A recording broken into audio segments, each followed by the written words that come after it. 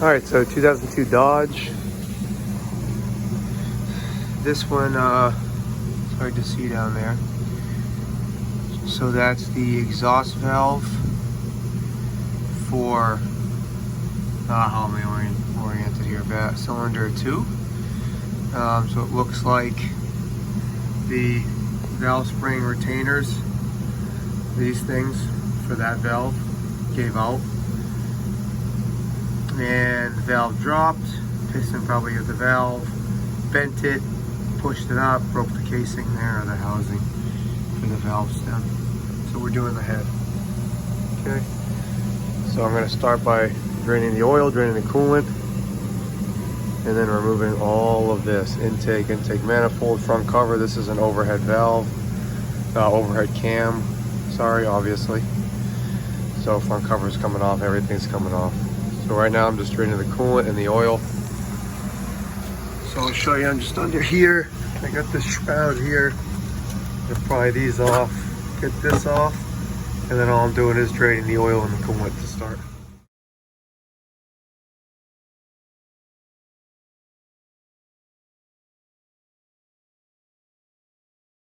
All right, so I got the intake box off here, clamp, two 10mm bolts.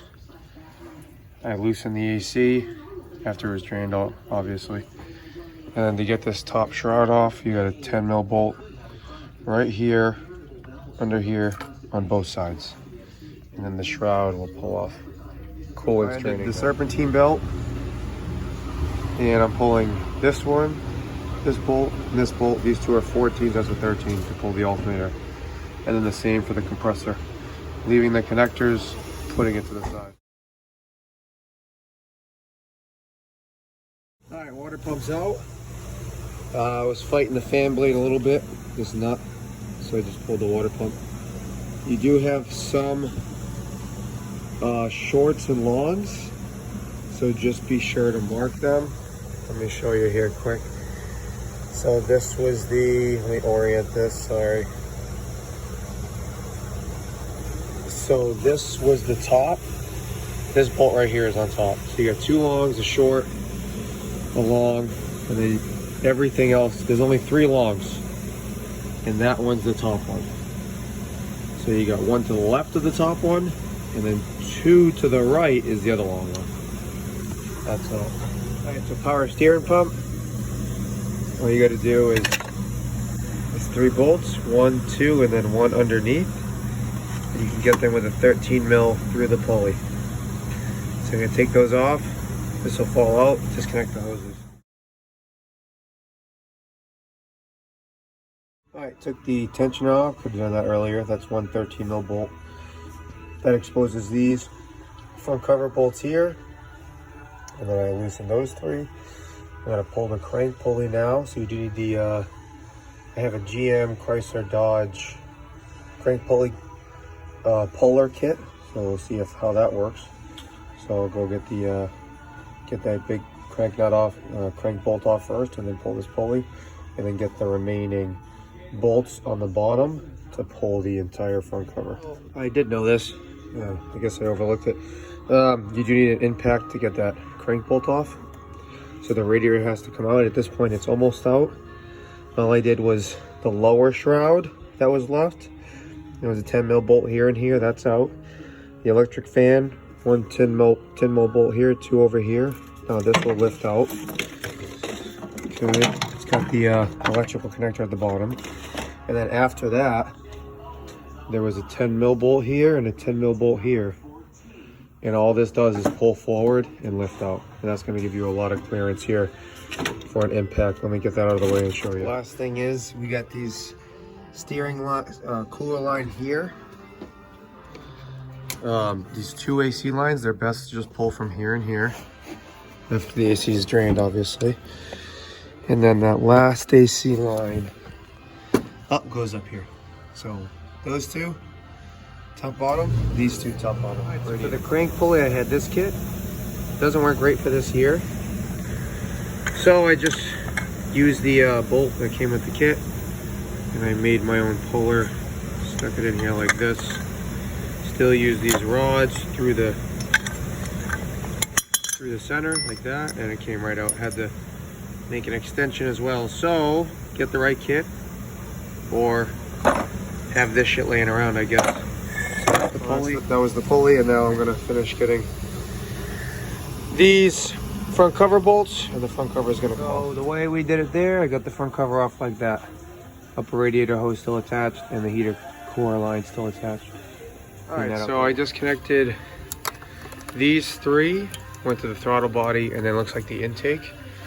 So now what I'm gonna do is I'm gonna work on, I guess, just the intake manifold bolts, the fuel rail, and the injectors. So I'm gonna come back after I do that.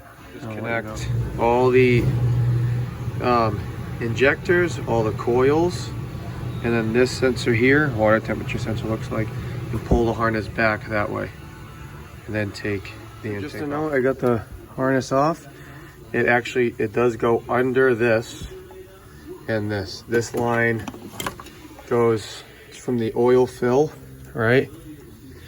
The oil fill here, okay, to back here. So that's where that tube goes. So decompression hose or something. I'm also gonna take this, I'm gonna peel it off back here. Should just pull off and then move it this way. What do we got? This hose here, where'd I just put it? Oh good Lord, that's why I take videos. The hose here. Oh, this one is right here. That's from the, oh, it's a vacuum line for the booster. And then one's the intake coming off. Just goes down under here. All right, so there's two 8mm bolts that hold the fuel rail to the intake. There, and back here. And then make sure you release the fuel rail pressure from this Radiator valve, and it'll pull up. You might need. So I was gonna try to do it without pulling these little clips that are on here, but just stick a flathead in there, pull all those, and then just pull straight up. I'm also just pulling the ignition coils, 10mm knot. There's some right there. Just pull the other side, and then the intake will be pretty free after the bolt. So there is a connector back here for the fuel rail.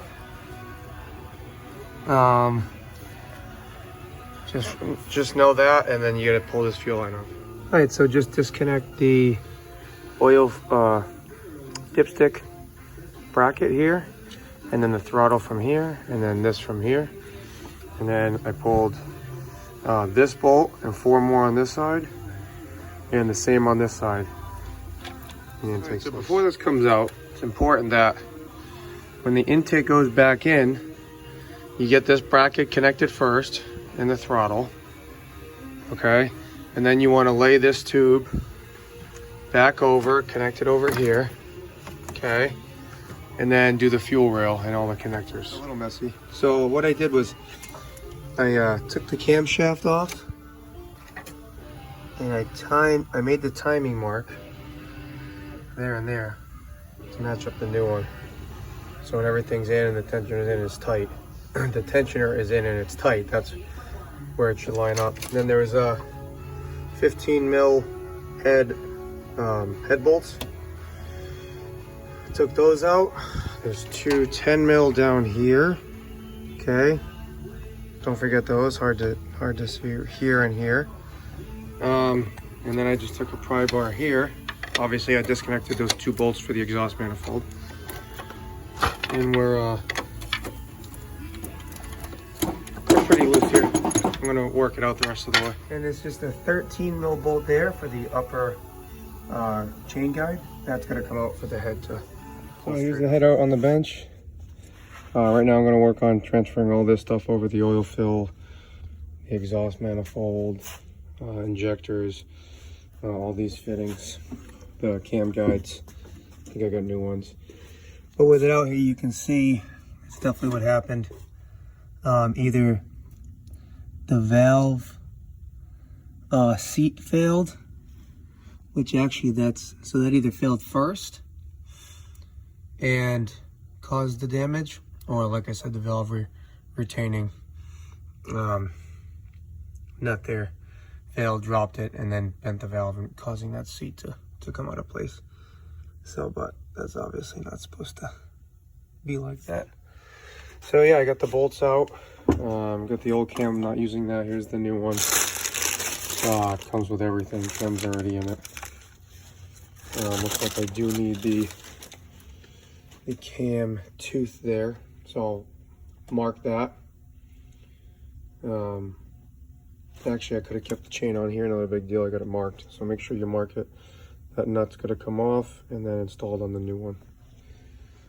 If it doesn't line up perfect, rather than fight yourself overcoming the spring tension here, just loosen these up, not all the way, almost all the way, and just turn it. And then when the cam teeth are lined up, you can tighten these caps again.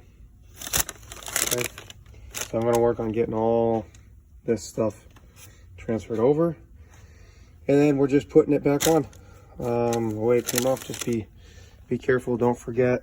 I'm going to try to take a video here, but don't forget your cam guides. Okay, like I said, I think I have new ones. Cam guides going to go in. Those are a little tough, so you're going to fight those, putting them in a little bit. And just take your time. All right, so there's the new head in. The trickiest part, obviously I got the gasket in there first. And the gasket's set and even. Okay, you can see it. Trickiest part is getting those valve guides into that hole while seating the head. That's why I had this really long zip tie to pull it through so I could hold it up here even with my teeth and not worry about losing the chain. So, but that's in there. So now I'm putting the head bolts back. Don't forget these two 10 mils that were down here. The head gasket kit, the truck gasket kit came with every gasket, did not come with head bolts. Reusing these, say what you want. They look okay. They look really good. Cleaned them up with just a, so we'll just use a bead of thread lock here. If I can get this cap off. Oh, that didn't work. Anyway, just one bead of thread locker. You can send those and I'll get the torque spec. And then after that, we'll work on that cam gear and setting the timing. And then it's assembly in the reverse order as disassembly.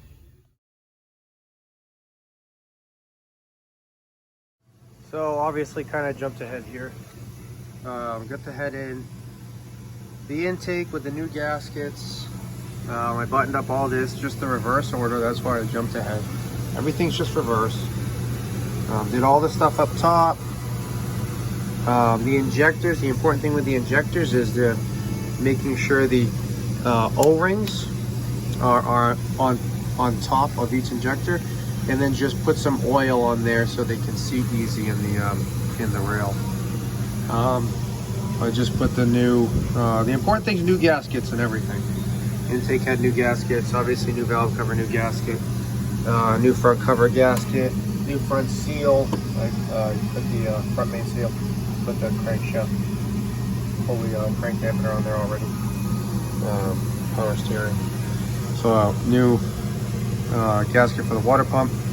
Take your time, make sure everything's seated correctly. You don't want to be chasing leaks afterwards. So I'm going to put that on now. I don't know if I'll be back, but maybe I'll do a startup video with it running. But yeah, it's pretty much it. Just take your time, put it together, make sure you clean all the surfaces, and you have new gaskets, and take your time. That's the key, taking your time. You don't want to be doing this stuff again. All right.